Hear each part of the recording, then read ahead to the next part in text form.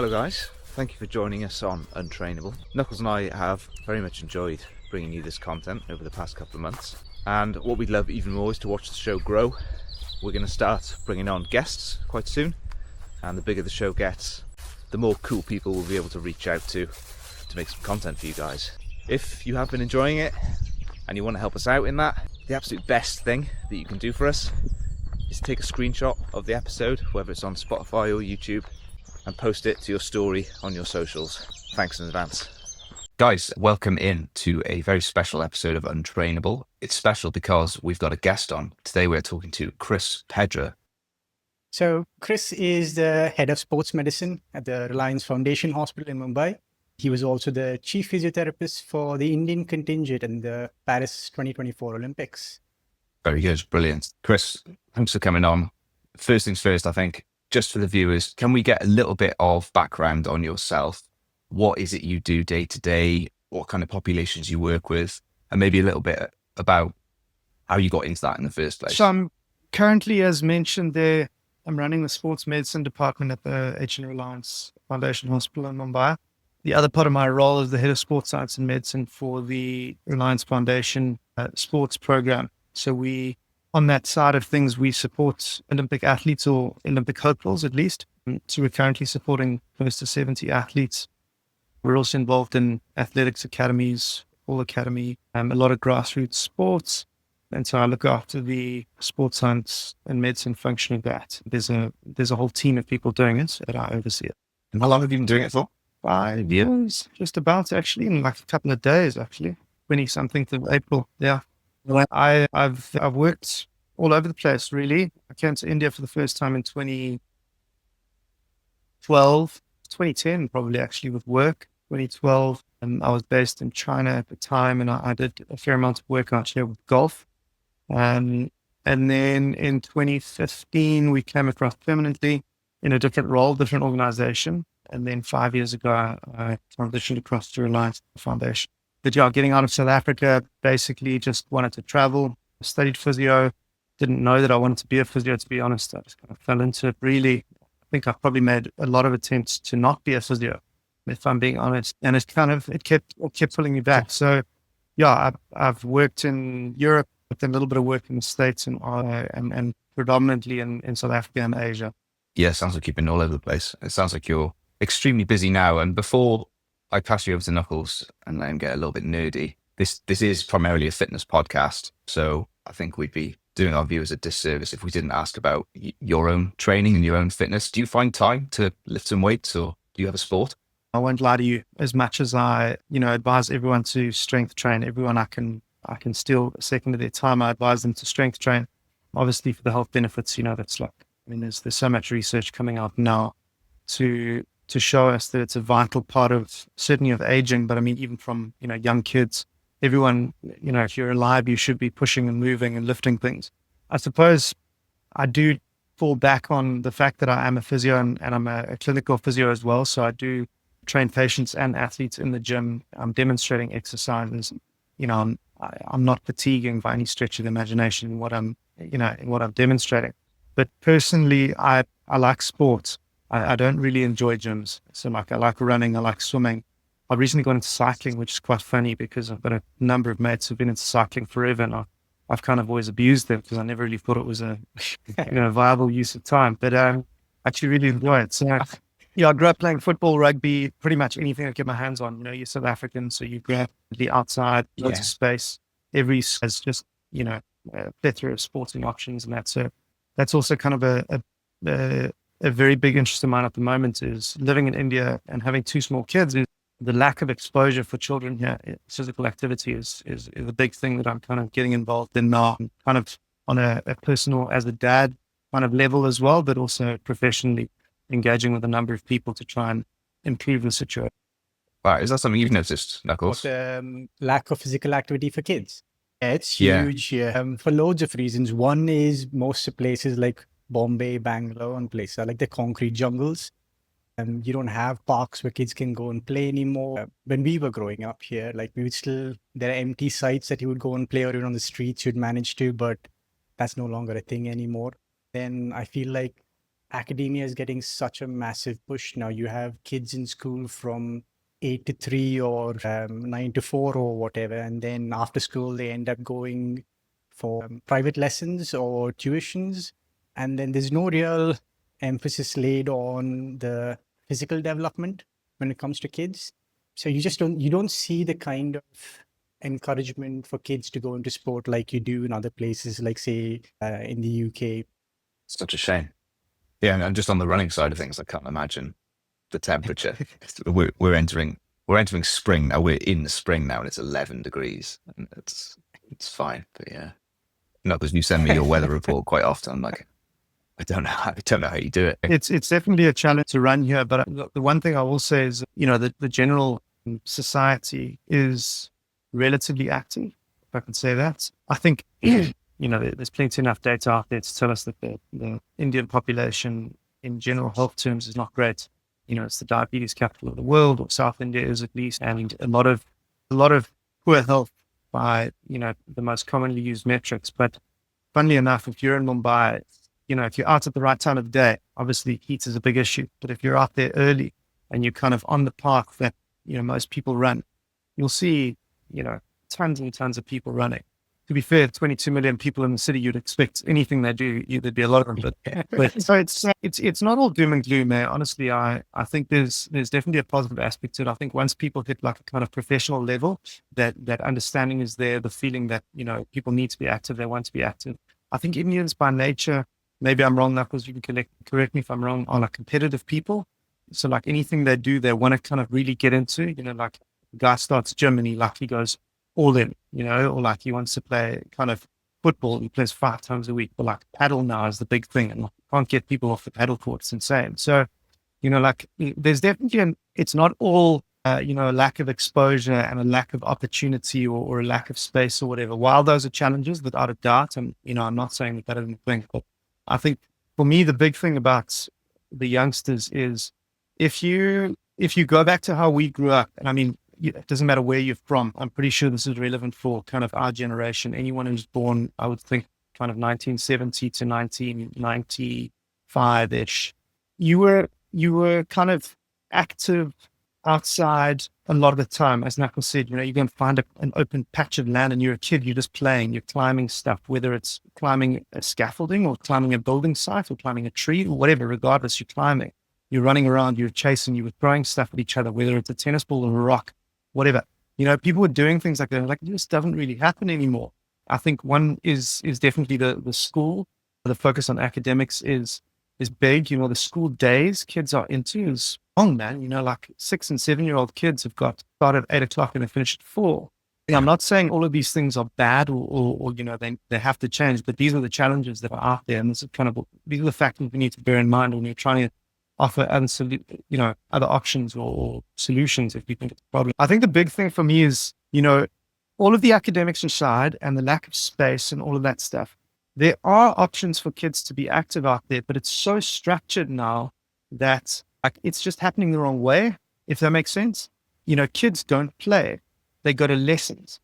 I was in the pool the other day with my son, and I looked out on the pool. We're super fortunate where we live in that there's a big garden and whatever, and lots of kids playing around. But like, I'm in the pool with my son, and I look across, and there's a kid having a boot camp class, basically. This is like an adult telling, a kid, one of my son's sort of contemporaries, probably 8 or 9 years old, getting him to do, burpees and step ups and stuff. And it's like, that's a kid. A kid shouldn't be training like that, Or if they are, they should be in a group of 30 kids and they're all arsing about a little bit. And, that's one-on-one training. Then I look past that kid and there's another kid on the basketball court and there's one trainer with one kid and they're like, shooting hoops. And again, same age. And it's like, the mindset is very much one of like, right, if you're going to do it, go crazy. And that they skip that first kind of couple of steps. I have a feeling this is maybe just a global thing now, just the way people are super busy, but this is where I've been for 9 years. So maybe this is, this is the window I have on it, but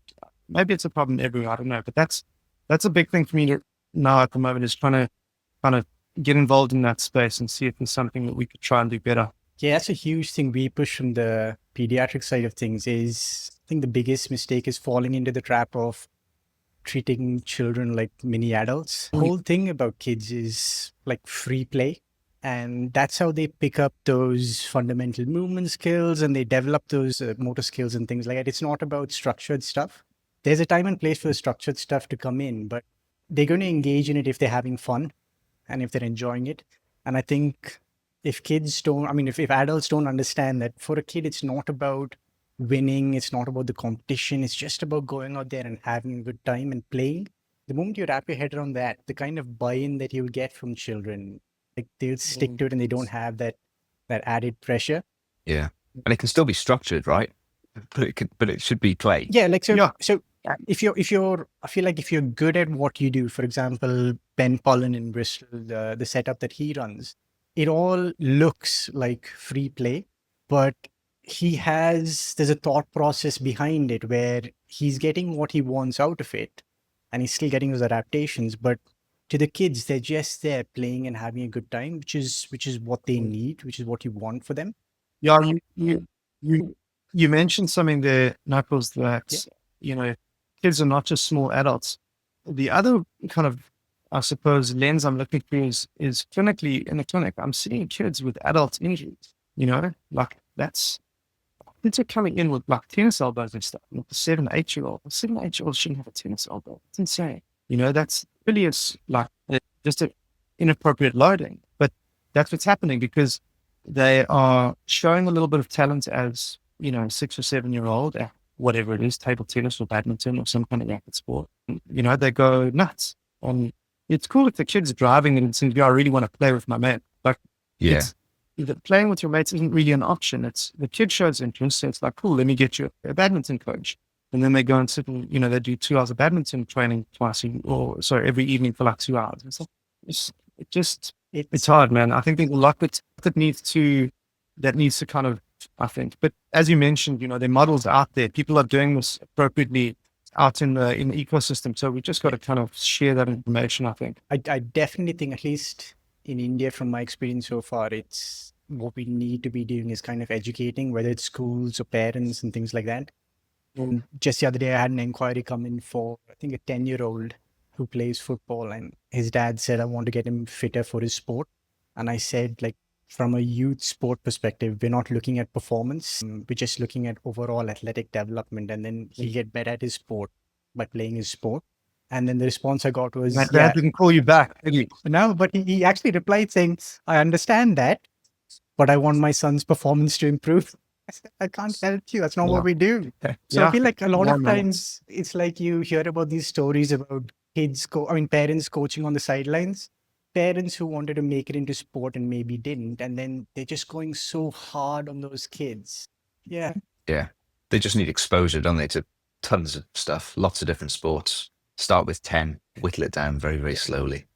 You can't go all in on one at 7 years old because they'll just end up hating it. They might be a sick badminton player in a few years' time, but they'll hate badminton. Andre Agassi's, the opening line of his book, he absolutely hates tennis. I think it's like there's so many instances where you hear about you shouldn't be doing early sports specialization, yet it happens so often, like so frequently. It's because those aren't the stories that get told, like notice the story of the guy who won the Masters and he actually played a ton of sports until he was 16, 17. Like that doesn't sell papers or books or magazines or whatever, It's the wild and wonderful tales of Tiger Woods and Andre Agassi and the Williams sisters and those kind of things. That's what sells, Yeah. So that's all we're fighting with. Massively. It's all optics these days. %. Chris, just before we go into some of the more we discussed earlier, I just want to come back to what you said about how you got into physio and how you feel like you kind of fell into it and you didn't know that's the line you wanted to go down. So what kind of brought you to physiotherapy and how did that develop? So again, going back to how I grew up, I was obviously very active. I mean, not abnormally active, just like kind of normal activity for me and my mates and anyone kind of my age in the environment that I was in. Played a lot of sports, obviously got injured, ended up going to physios a handful of times for ankles and backs and, whatever.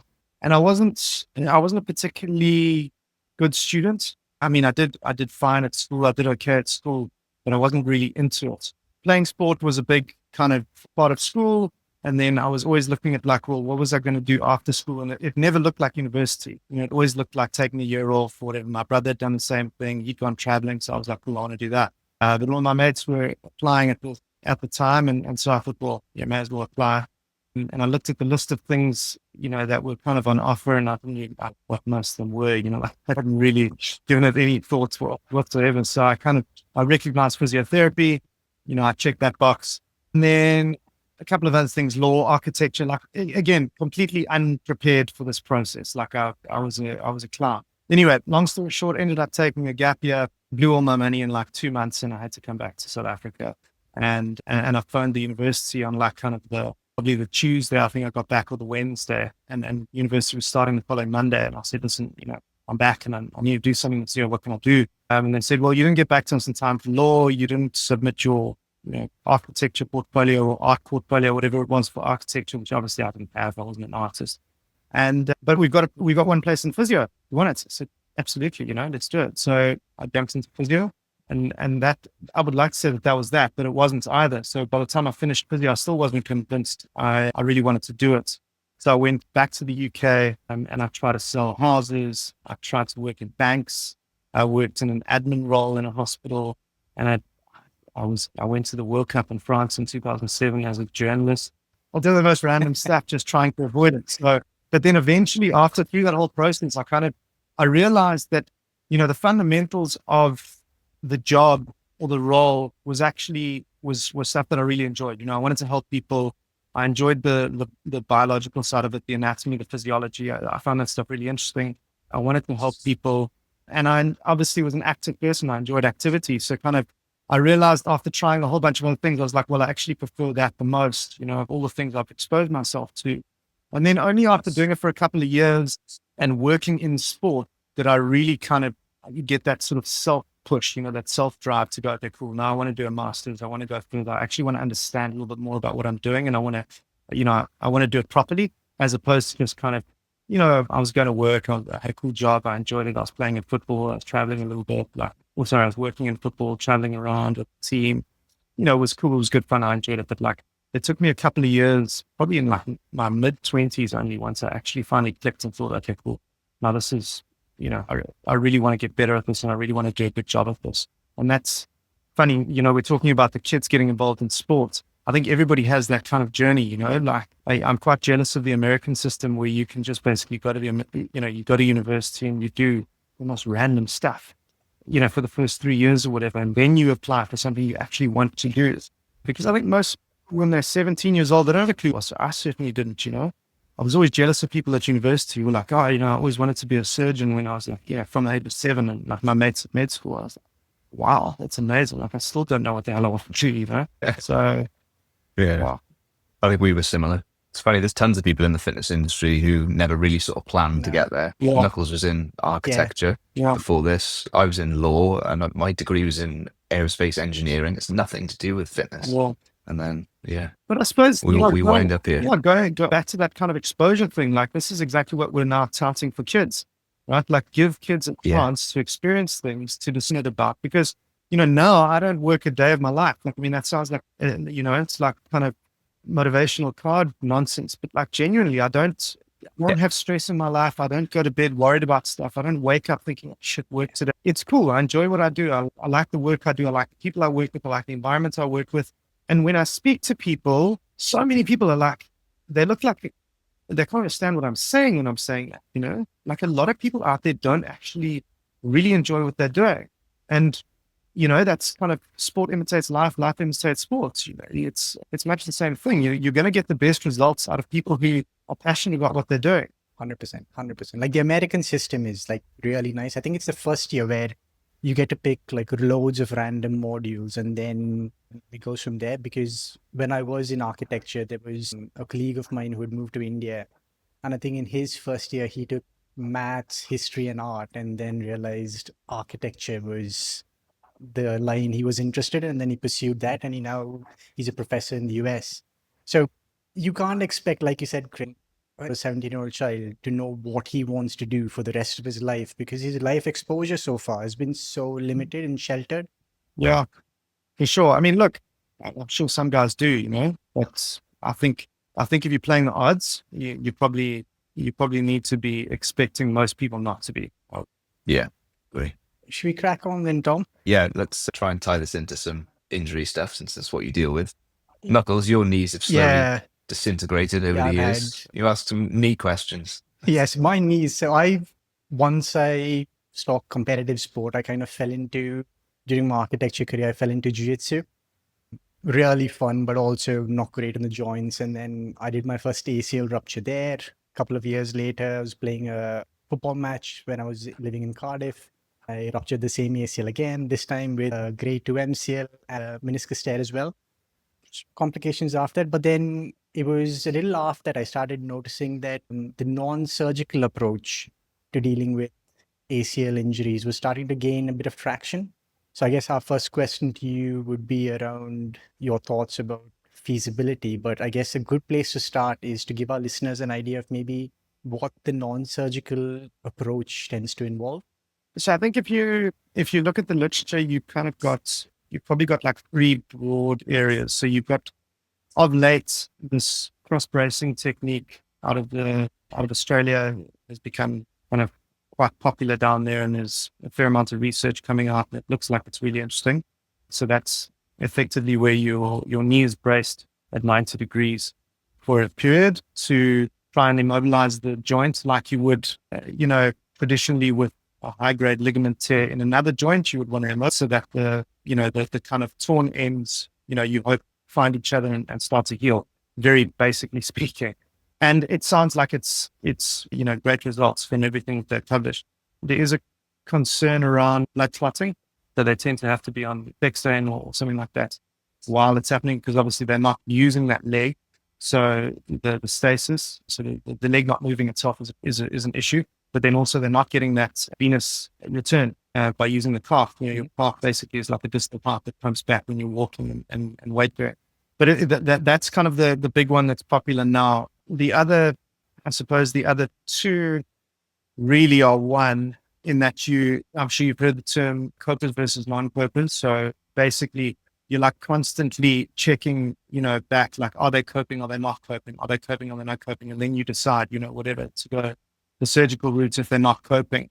But like really what we're doing now, I think for the most part, if you take the cross bracing sort of option out of it, because I don't know kind of anyone who's really adopted that here, and I don't know that it's big enough anywhere else in the rest of the world. I think it sounds like it's very popular in Australia, but what most of us now are doing is we're kind of just keeping the canvas open and trying not to call it anything, So if somebody comes in to see me with an ACL, look, if they're an elite athlete and it's a complete rupture and they've got a relatively narrow window for a career, maybe, a couple of years down the line, they want to be at the Olympics, or there's, I don't know, maybe a couple of years left of their career and there's a World Cup cricketer on the corner or something like that, that's going to cloud their decision making, not cloud, but that's going to bias their decision making big time, and a lot of surgeons would openly say, I know a lot of the surgeons in football will openly say, listen, if it's an elite athlete and they've got that window, then,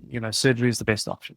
And I think a lot of athletes would agree with that, to say, you're telling me I'm going to give this a crack for 3 to 4 months and then we're going to see how I'm going. But like really you're going to be effectively keeping surgery as an open option the whole way. Like, some of them are just like, no, man, let's just get it done.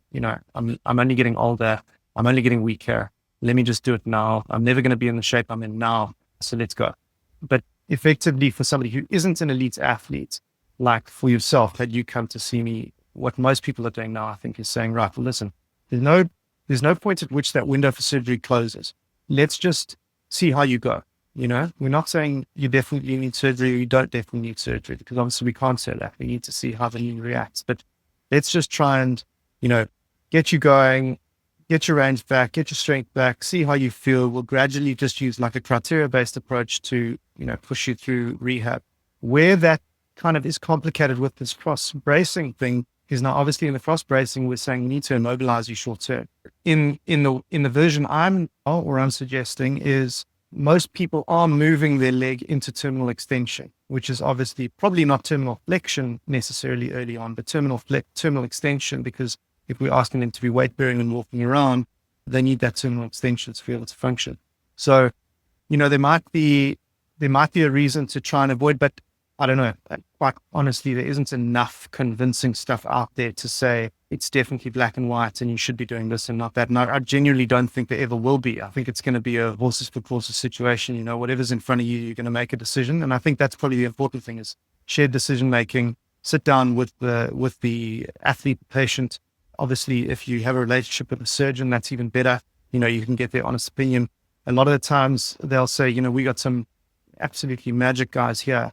And they'll say, listen, based on the MRI, there's so much other stuff going on. It's really just, it's not a great option. Because that's the other thing that people don't really pay attention to. So you mentioned that you had a meniscus injury as well. Meniscus injury, to be fair, is probably more complicated than the ACL injury. Like that's going to slow you down predominantly in the beginning. So, everyone's petrified of the ACL because that's what gets the headlines, and even more so now.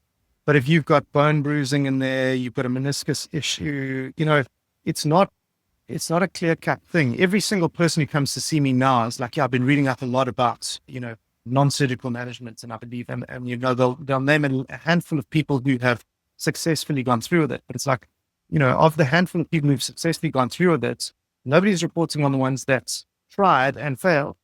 So if you had that number to compare, it's really not a great comparison. I certainly think that there's enough information out there and there's enough success stories out there that if you're not having that conversation or giving people that option, then you're doing them an injustice, Just on the cross bracing method, is there something special about 90 degrees? It seems like quite an awkward it would be the position to lock the leg in for. It has two bundles. Yeah. So the one bundle is the most tight in full extension and the other bundle is the most tight in full flexion. Okay. So you go in them. So there's actually, I was listening to a podcast from an Aussie physio not too long ago, and he's kind of drifted off. So he's doing the bracing protocol, but he does it at 30 degrees because, again, as I said, for that, the ability to be able to get the person's foot on the ground and actually get the craft working. Yeah. And, it's not like there's one magic point where it's like perfectly short and that's the only place it's going to take. A lot of people's ACLs heal, well, shouldn't be saying a lot, but this year, what are we now in April?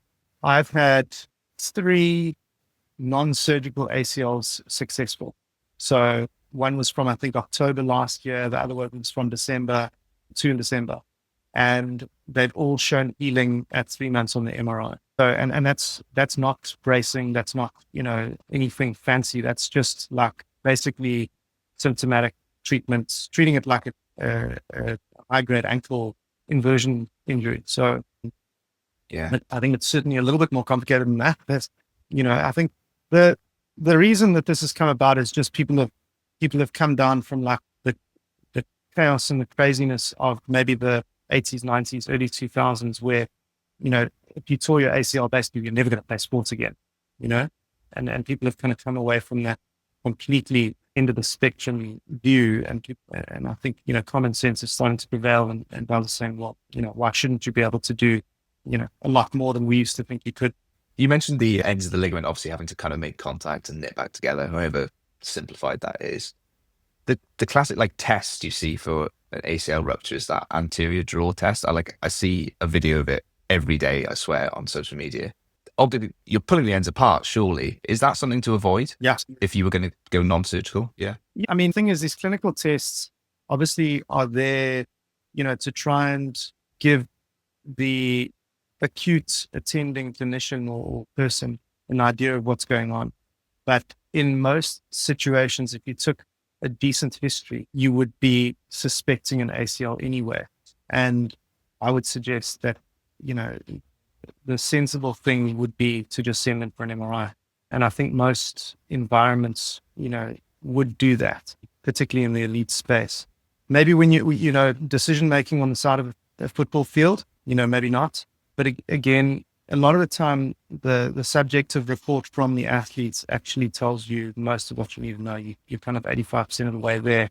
But I actually, I don't know who it was now, but I was chatting to an orthopedic surgeon not too long ago, and also speaking around the meniscus test. And he was saying he's actually seen meniscus tears induced by the test that we use. So, it's important to that like something that's you probably just want to be a little bit more gentle and sensible with these things than going in, all guns blazing, being like the hero who's going to diagnose this whatever situation. Yeah. You potentially just Yeah. do Look, your bone is moving. really, right? Yeah. There you go. Knuckles, if you're still with it. Can you hear me now? There's no lag. I'm hoping. Yeah, I That's think good. what you Seems like mentioned, Chris, where you'd said the ACL had healed in like almost a 3-month span, or you had seen that healing process start. So one of the things for me was when I had the second rupture along with the MCL, I got my surgery a year later, only because of the waiting list in the NHS. And when the surgeons actually went in to see what needs to be done, the MCL had healed itself. It had healed on its own without, and there was no work needed on that. So it was just the ACL. But yeah, one of the issues I had was kind of my knee, or my tibia rather, would slip out to the side, and I would have to push my knee into a little bit of hyperextension for it to pop back in. So, I mean, it got to a point where I knew that like the rupture was complete because there was no pain when I was doing it. But I guess my question for that was like, is there a possibility if field sport athletes strengthen the surrounding musculature that they can return to sport? Will the knee kind of handle the demands of change of direction and deceleration and things like that? It might be, I know it might be individual based, but what are your thoughts on those demands? No, well, that's exactly the premise for attempting non-surgical management, is that you there's this kind of concept of functional stability threshold, FST. So if you imagine 3 graphs or 3 bars on a chart, let's say, and let's say, my fingers are the same length, and that's 100% functional stability. There's a threshold of maybe 80% of stability, that anything above 80% is actually okay. And we can survive perfectly like that. You think of your chronic ankle where somebody's torn a ligament and maybe they have a little bit of a wobbly ankle, but they keep their calves super strong, they keep their feet super strong, and they can actually survive. So if you think about all the things in your knee that provide you with stability, your collateral ligaments, your cruciate ligaments, obviously the joint capsule, the meniscus, all the dynamic structures, so the muscles and the tendons that cross the knee, there's a whole lot of things that are happening in there. So without one of those things, if everything else is playing its part, the circus tent potentially will still stay upright. If too many of those ropes are a little bit wobbly, the circus tent starts to fly around the place a little bit. And then, if the storm is too strong, that circus tent is going to back. That's the whole reason we do it, is we believe that, you might be able to cope. In your story where you're literally effectively, subluxing your knee, I mean, that's quite clearly an indication for surgery. It doesn't matter who you are, because a knee that's doing that pretty spontaneously is, it's not very fit for purpose, certainly not in an athletic environment. But like you said, so there is... Yeah, wasn't it walking downstairs? Yeah, Knuckles? walking downstairs. It could be anything, and it would just randomly, like, even if I just turned on the street. Like, I mean, you're not even talking about any kind of athletic endeavor there then. So your quality of life would have been so low had you not done it. And that's really the indication, like we say with athletes is, when I'm referring to an athlete, I'm not talking about a professional athlete pursuing a sport for a career. I'm saying like an athlete who comes to see me, they might get to a point after 6 months where they're feeling fantastic, but they just can't do the one thing that they really want to do. They've been onto the badminton court and they just can't get into the back right corner, with any kind of speed, or they can't get out of that corner with any kind of speed. At that point, they might decide, you know what, badminton is so important to me, I have to go and do this. Or they might go, you know what, actually, I'm 37. I've had a pretty good run at badminton. I'm perfectly happy to play other sports and whatever. And then they just decide to modify. So consider that a successful non-surgical outcome or not. Like the patients had to modify their expectations for it to become successful. But if you go by their original measure, it's not successful. That's the reality of what we're dealing with. We're dealing with humans. You're not dealing with, it's not a textbook case all the time. So the goalposts move all the time. It's a very dynamic situation. So you just got to be realistic about that. And I think the big thing is just being as kind of open and clear with as much information as you have, and being honest with yourself and the athlete. If you're not seeing improvement, you have to say, listen, this isn't looking so great. Yeah. Tom, do you want to move on to the next bit? Yes, well, I think that's enough on knees. Although this probably includes This does include knees, yeah. Yeah, Chris, this will include knees. yeah, Knuckles and myself both work with quite a few runners. I suppose the most common injuries that we'd see in kind of those populations would be overuse, like tendon pathologies, or even just tendon pain, and maybe stress. I haven't seen too many stress fractures, but I know it's an issue in running populations. I think we both tend to like be quite aware of the risk factors involved. So we might spot an individual who has, one or more risk factor for one or more of those things, and we might be able to make changes to their programming off the back of that. But I suppose my question is, that will help us as coaches the most. Are there early warning signs that we can be looking out for in our clients for those things? And what would those be? When you say those things, specifically, or tendonitis specifically? Yeah, so we could go tendinopathy. Yeah. I think, look, it's probably not something that would give you loads of warning signs beyond, localized pain. So, the classic thing with a tendon complaint is it might not, if it's an acute rupture, you'd know about it, or an acute, partial tear, you'd know about it. It would be immediate in the moment. There'd be limping, there'd be a lot of swelling, there'd be bruising, and the person wouldn't be particularly functional. And at that point, coaching or strength and conditioning training or whatever really wouldn't have a place. Nothing would really have a place. You need to immobilize, and you need to kind of rest and make sure that thing healed. But what's way more common is, the little niggles. So what a lot of professional runners actually do is, say, for an Achilles, they'll say that, like, if they have pain, during or after a run, but it settles by the time they need to start their next run, then they're fine. And I think that we could use that as a general kind of rule of thumb as well. And the other one is that if they start their run and they feel uncomfortable and that discomfort continues for longer than 5 to 10 minutes, then they just pan that run. They pull it off and they say, right, they need another 24 hours off. So obviously everybody's different, and you're going to have different thresholds for discomfort. You're going to have, different training histories.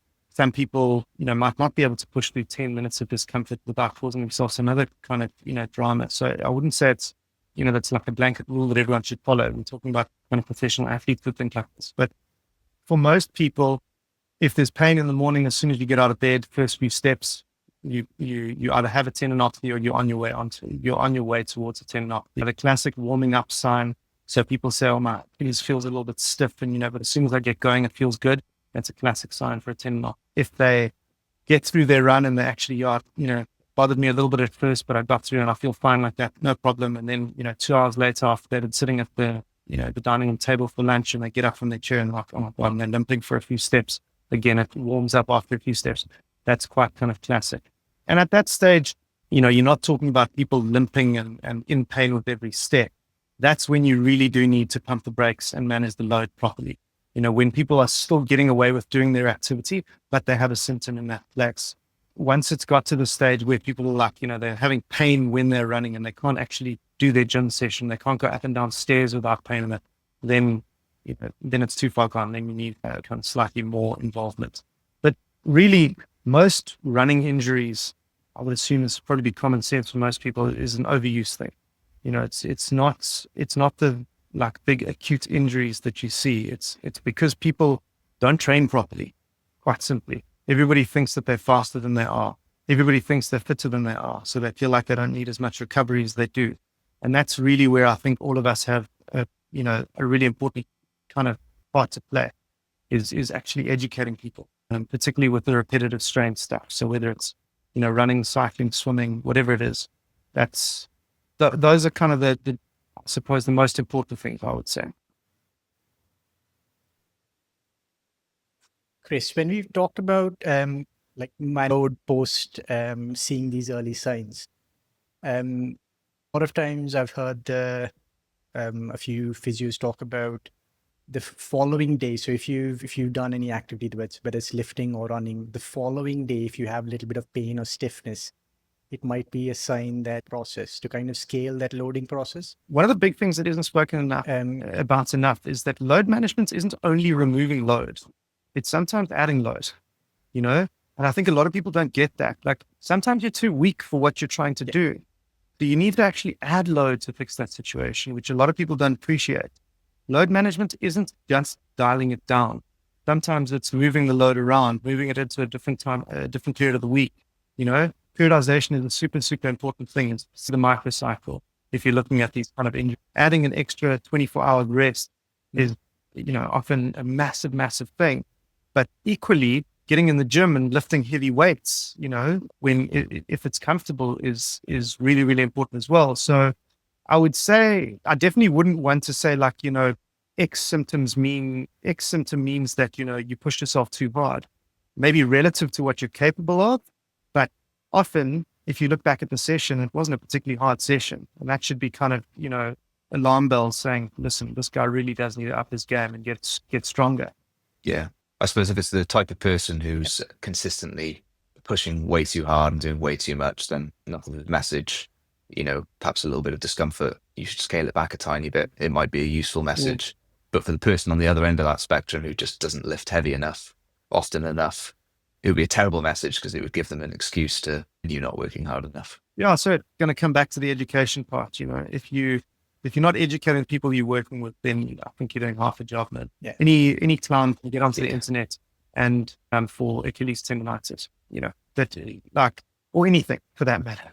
But you need somebody with a little bit of common sense and a little bit of kind of clinical reasoning or conditioning reasoning, strength reasoning, just to be able to put the pieces together and explain. Because at the end of the day, you are dealing with a human. It's not, it's not a textbook case. The tricky thing really, man, particularly for runners, to try and tell runners that they have to change what they're doing. A lot of them, it's wild that in 2025, you still have to explain to people that, just walking past the gym is not going to make you immediately bigger. Like endurance athletes are petrified of lifting weights. And do you know how hard it is to put on muscle? Like, do you know how physically hard it is to put on weight? Like muscle, I've been trying for years. That's what I'm saying. Like, it still hasn't happened. The guy on the men didn't get that way with the 8-week program and selling. Like, that's not real, But people, unfortunately, this is what people believe. So you kind of have to like completely unpack all the nonsense that they believe first, and then get them to change. But I suppose that's what keeps it interesting, Yeah, you're right. I mean, it does make an interesting population to work with, because that is one of the biggest ones I get with, especially some of the marathon run with, which is I don't want to get too bulky. And the other one is like, guys want to like look for alternate training methods because they need to be burning calories because they're putting on weight. And it's like, just stop eating calories, man. It starts at the dinner table. Like, the guy's got a stress fracture. You mentioned stress fractures earlier, and it's like, well, can I cycle? Like, yeah, sure, you can cycle if it's not uncomfortable.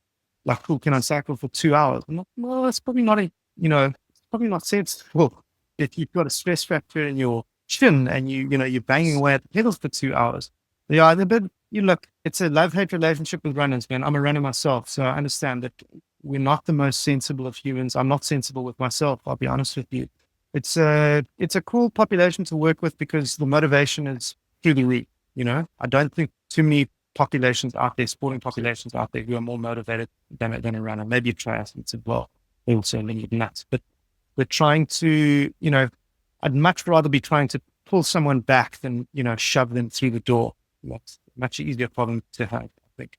Yeah, that's one of the biggest conversations a lot of runners is when they start doing SNC, is to kind of tell them like, we're now adding a little more load because you're starting SNC. So we need to kind of like scale things back a little and let the body adapt, and then we see how you respond. But telling a runner that they do the most difficult thing, 5 workouts a week, 5 runs. Yeah. Okay. Is there a compromise there somewhere? Chris, I just want to come back to what you mentioned about load management is not just reducing load. Sometimes it's a question of also just increasing the load. And like when you look at a lot of the rehab around tendinopathies, it's isometrics, heavy, slow resistance training, eccentric training. But there also seems to be a lot of push for shockwave therapy and soft tissue work. Is there a place for it alongside it, maybe? So listen, man, I'll be honest with you. I don't do modalities of any variety. It's not my, like, if we go back to the previous sentence or the previous statement you made, you're talking about trying to get athletes to dial back and reduce. And then Tom, so we're gonna throw in 5 exercise sessions with 5 runs. Like, everything is load. So if I'm going to be adding load into a runner's life by adding shockwave, I don't know, man. I don't know that that's a sensible place to be adding load, because that's obviously loading the tissue, without a doubt. I don't know hard science to show me exactly how much load that is or how it compares to a 10K run or a 5K run or a plyometric session or whatever. I don't know. Maybe it's out there, maybe it isn't.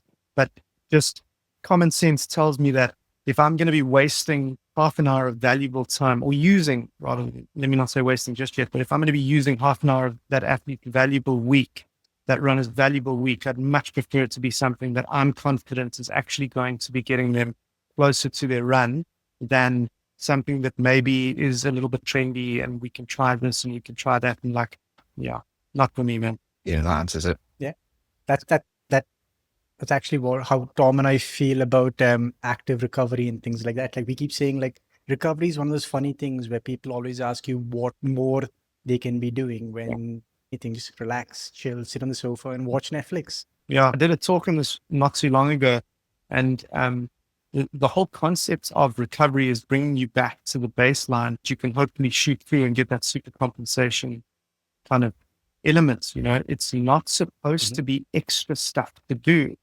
It's supposed to be work. It's supposed to be reducing the stress. You know, so if you're missing, you have to do your ice bath. Yeah. It's dark.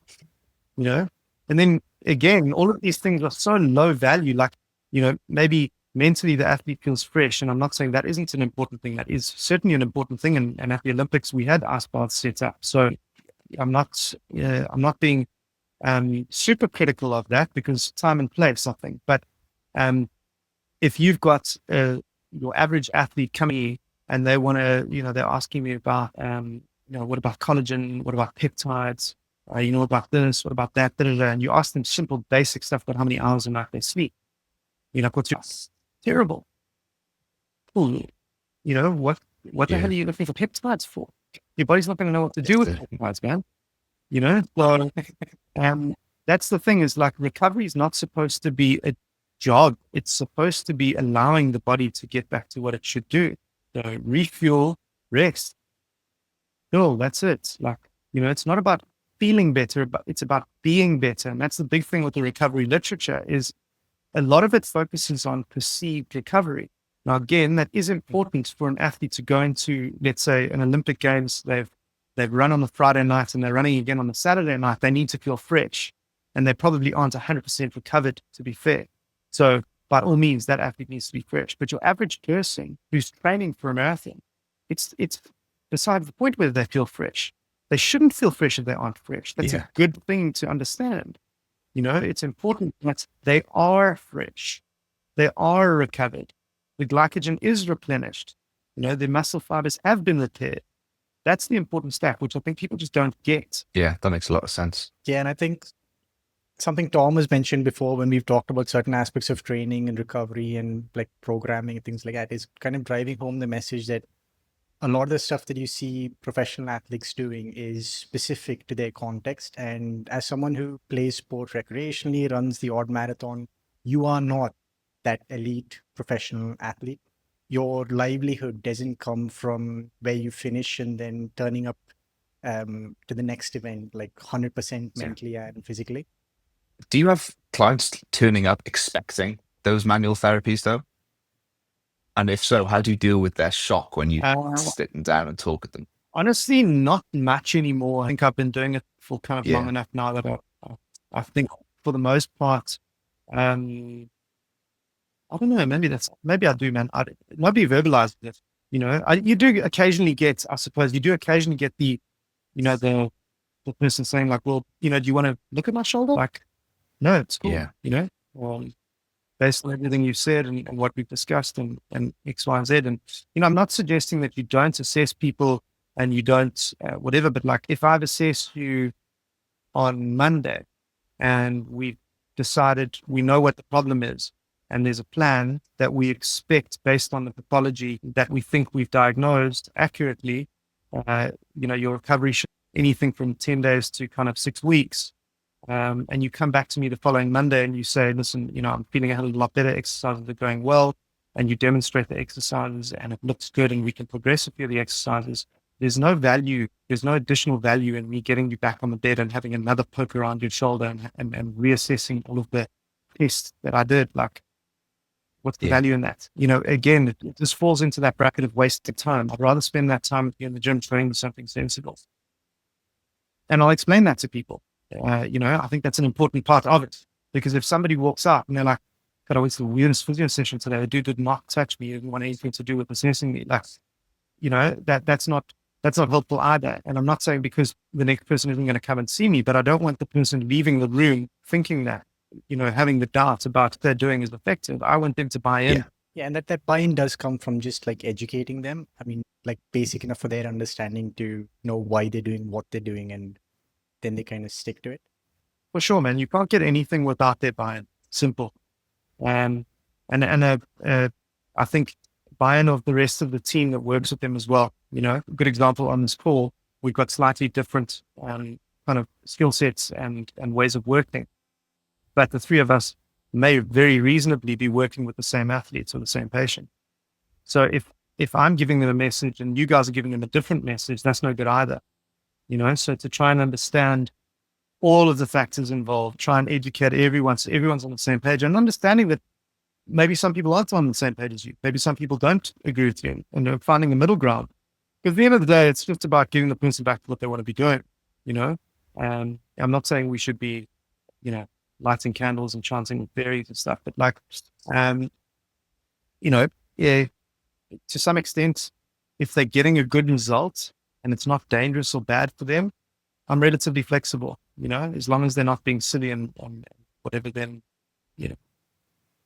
I think that's one of the fun parts of working in a multidisciplinary team. For example, when you're working with the sports med team, the coaches and the technical coaches, very rarely are everyone in complete agreement, but then finding that middle ground and knowing what's best for the athlete and the team as a whole, that is a fun part of working in those kind of settings. Absolutely, man. That's what keeps us going, because at the end of the day, if the athlete goes out and they, get a national record or qualify for the Olympics or whatever it is that they do, everybody sits back and you're like, shit, that was the system working, that was really cool. So when it works, it's really, really good. But then we've also got to be honest with ourselves about when it doesn't work.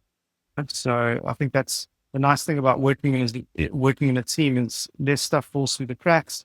Of course, you have ownership of your specific role, appreciating that it isn't all on your shoulders.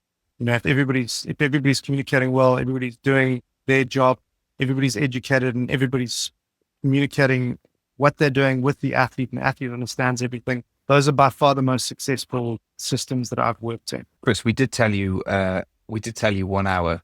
I know Knuckles has one more topic he'd like to bring up. Is that okay? I'm relaxed. My family's away for the weekend, so I'm good. Perfect. Knuckles. Chris, so the last part which I wanted to touch upon is this concept of pain, but I want to reapproach that question. So just to give the listeners some context, when we spoke to Chris a couple of weeks back, I'd kind of gone to this rabbit hole of reading around pain and the new psychosocial developments or models around it.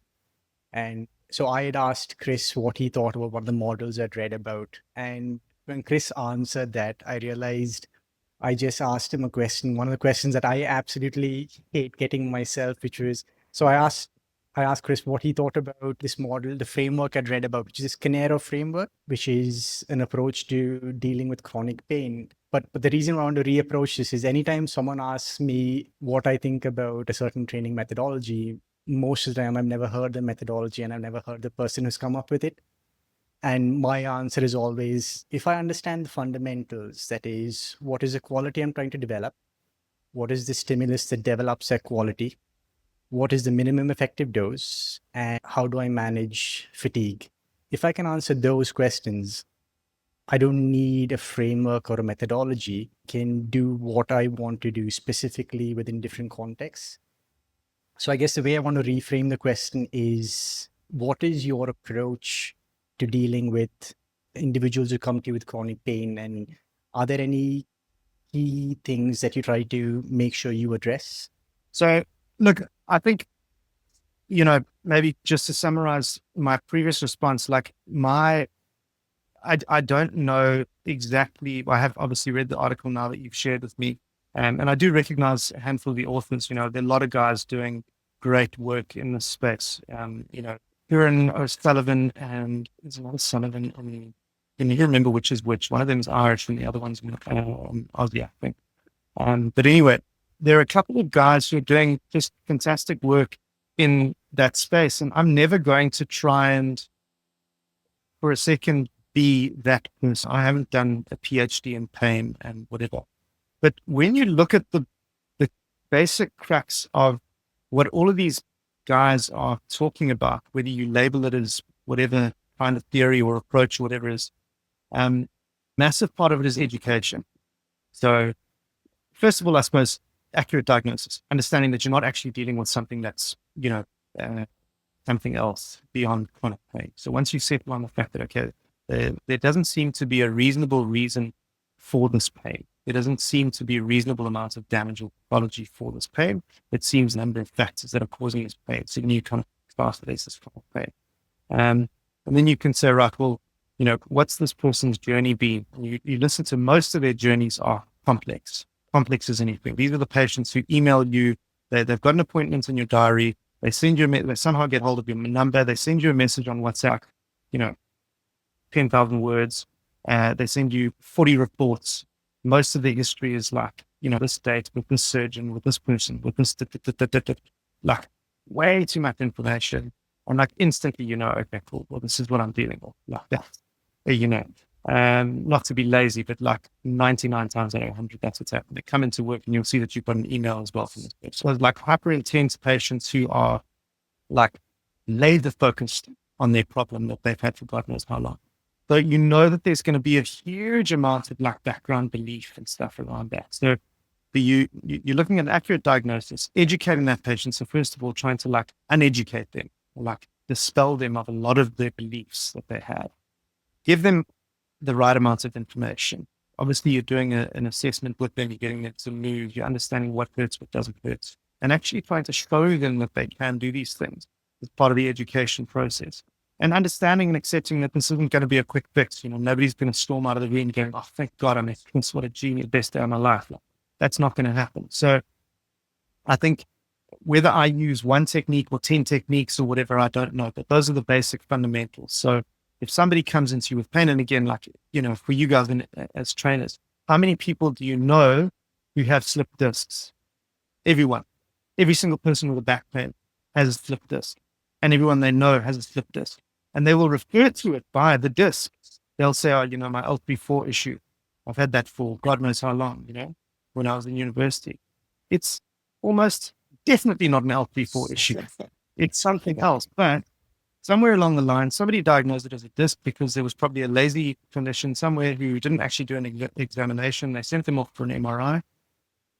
Or maybe they did actually have a disc problem, but that disc problem is solved. It's fine. It's settled. There's no problems with it anymore. But as long as that patient, athlete, person has that image of the MRI in their head and they've remembered those 8 lines under the remarks section of the MRI report, then you've got an uphill battle now. So you've got to show them, you've got to get them out of that thing. And you do need some facts. You need to be able to pull out some facts and statistics to tell people how common back pain is, how commonly do it, but how commonly MRIs pick up things that are not actually associated with the problem or not causing the problem, or concept of correlation and causation. These things, this is like the classic patient who you don't touch. I don't touch any of these spines, not one. And maybe I'm right, maybe I'm wrong. I don't know. But, I will have people come in and they'll tell me this story and I'm thinking, it doesn't sound like there's anything horrible going on here. But they've got this, horrible back pain that strikes them 4 times a year regularly, generally when they're stressed or after they travel, particularly across time zones, and the general story. And I'll have a look at them and I'll get them to bend forward and they'll look at me, eyes will pop out their head like bend forward. I've been told I should never bend forward. And you just like, yeah, cool. That's not helpful. Because somebody said to them, you must never bend forward.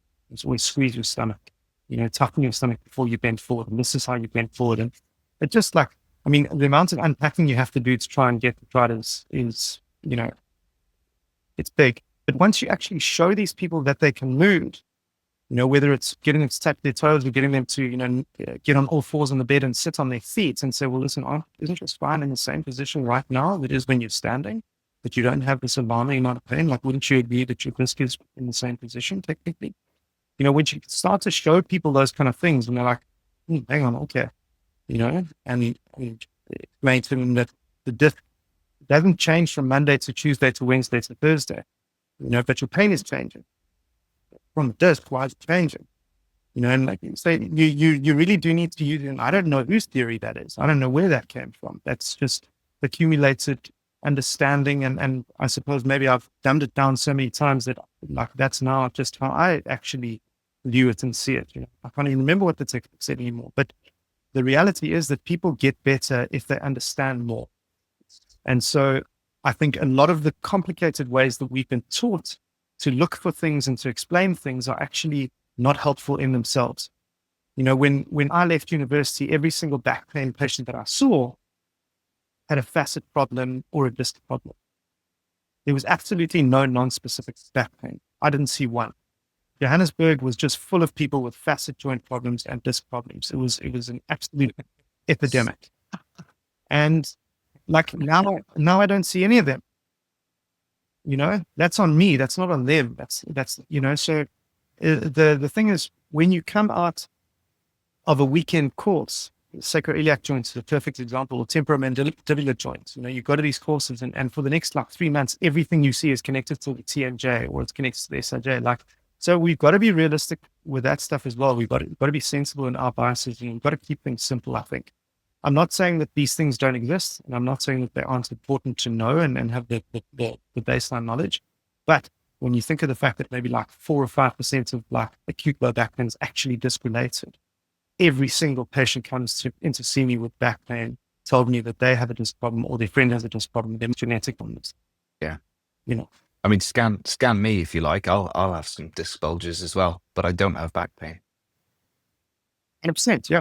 So I have no idea what my spine looks like. I have no interest in what my spine looks like, to be honest. I don't want to know. Exactly. I don't want to know. Yeah. The moment I see that MRI, I'm getting back pain. Exactly. Now, I think one of the biggest challenges like Tom and I face within the S&C or personal training side of this is especially when working with, it's not so much a problem with the athletic population, but more with Gen Pop, is kind of teaching them that your body is not fragile. It's really resilient and it adapts. It's always adapting. But kind of getting them to wrap their head around this idea that and it's always, if for some reason, when it comes to strength training, it always comes back to the spine or on the odd occasion, the knees, but it's always this fear that my back is made of glass and my spine is going to break the moment there's any rounding. Yeah.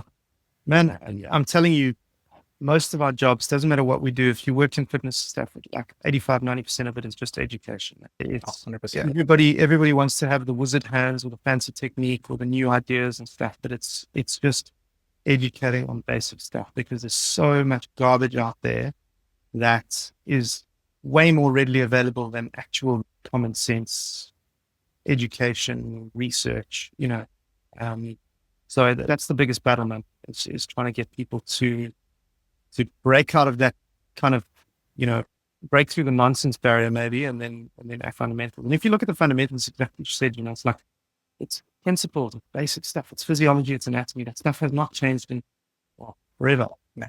As long as we've been studying it and understanding it for 2,000 years, whatever it's been, it has not changed, give or take. A little bit of advances here and there, but fundamentally it hasn't really changed.